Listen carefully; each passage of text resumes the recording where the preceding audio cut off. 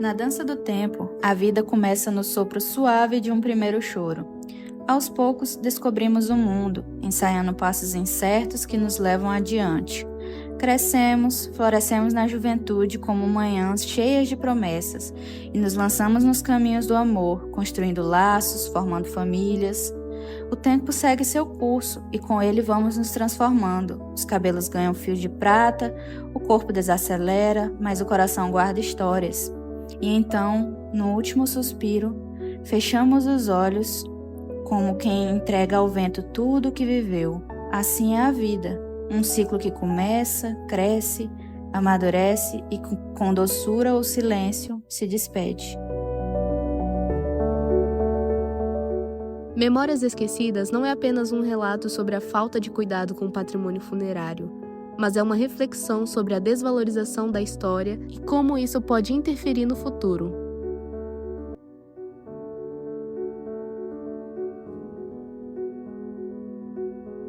Caxias possui um grande acervo arquitetônico e cultural que evidenciam os diferentes períodos de sua trajetória histórica. Igrejas, casarões e demais edificações espalhadas pela cidade são vestígios materiais de um passado rico em significados. No entanto, apesar de sua relevância, esses bens enfrentam a ameaça constante do tempo e da negligência. A preservação do patrimônio histórico não é apenas uma questão de manter estruturas em pé, mas de valorizar a memória coletiva e reafirmar nossa identidade cultural. Dentre os espaços que compõem esse patrimônio histórico, destaca-se o cemitério Nossa Senhora dos Remédios, local de profundo valor simbólico, cultural e histórico para a cidade de Caxias. Atualmente, o cemitério se encontra em estado de abandono. Muitos túmulos estão quebrados e não há ações visíveis de conservação. Preservar o cemitério dos Remédios é, portanto, preservar parte essencial da história e da identidade caxiense.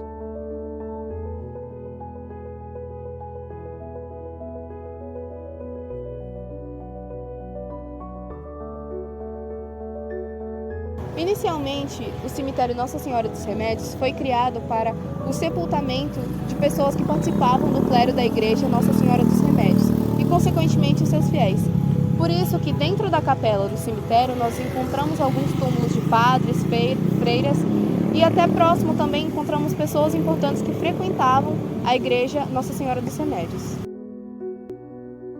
Através de pesquisas, leituras e a nossa visita ao Instituto Histórico e Geográfico de Caxias, nós conseguimos obter alguns registros que mostravam que a Igreja Católica fazia doações às pessoas mais vulneráveis que precisavam de sepulturas.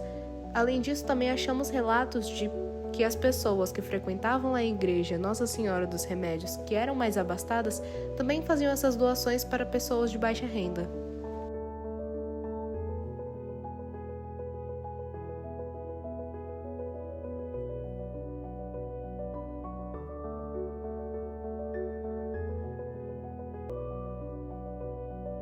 Bom, naquela época nós não tínhamos uma legislação que determinava qual era a distância segura entre as casas e o cemitério.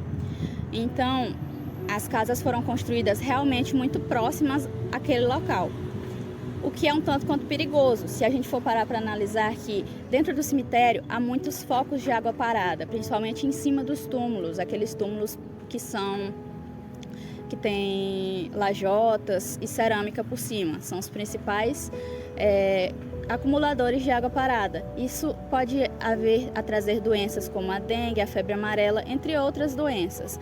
Além do mais, a gente também tem outros focos, como uma fonte de água que jorra na entrada do cemitério.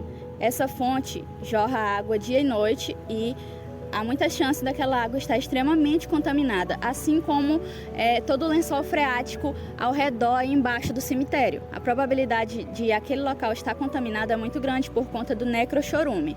O que é o necrochorume? É uma substância tóxica que é proveniente da decomposição dos corpos das pessoas lá enterradas e que adentram o lençol freático e contaminam a água. As pessoas que moram ao redor podem estar ingerindo água contaminada com necrochorume ou até mesmo ser contaminadas trabalhando com o próprio solo do local, pois o solo também fica infectado. Quanto à divisão do cemitério, não tivemos informações oficiais, então, para melhor entendimento, o setorizamos em 6 seções. As primeiras seções estão localizadas próximo à fachada, nela estão presentes túmulos novos e antigos. A terceira e a quarta seção estão após as colunas e próximo à capela, nela estão presentes os túmulos mais antigos. E a seção 5 e 6, que foram construídas alguns anos após a inauguração, e devido a isso podemos encontrar arquitetura moderna. Buscando compreender melhor a história e as condições atuais do cemitério, realizamos visitas ao local, o que nos permitiu descobrir curiosidades e informações bastante interessantes sobre o espaço.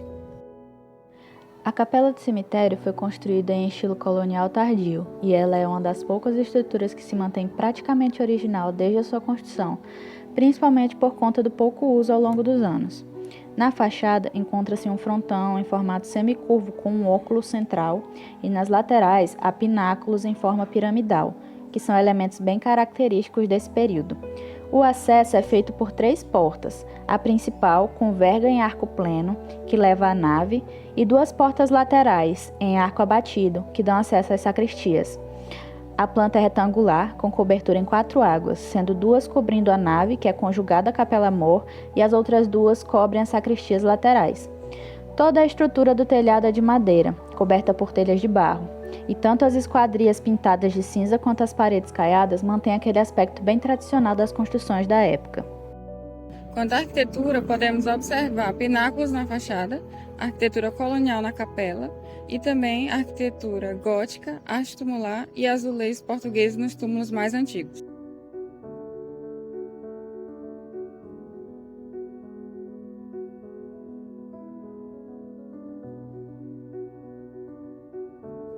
Aqui no cemitério Nossa Senhora dos Remédios, a gente pode encontrar muito túmulo de criança e de pessoas mais novas. Então a gente pode concluir que a expectativa de vida naquela época não era tão boa e as condições de saúde contribuíam para isso.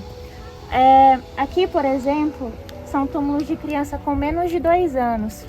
Nos documentos que a gente encontrou lá no Instituto Histórico e Geográfico de Caxias, mostram algumas causas de morte. Dentre elas tem dentição, febres, coisas que hoje em dia são simples, mas naquela época levavam a criancinha a óbito.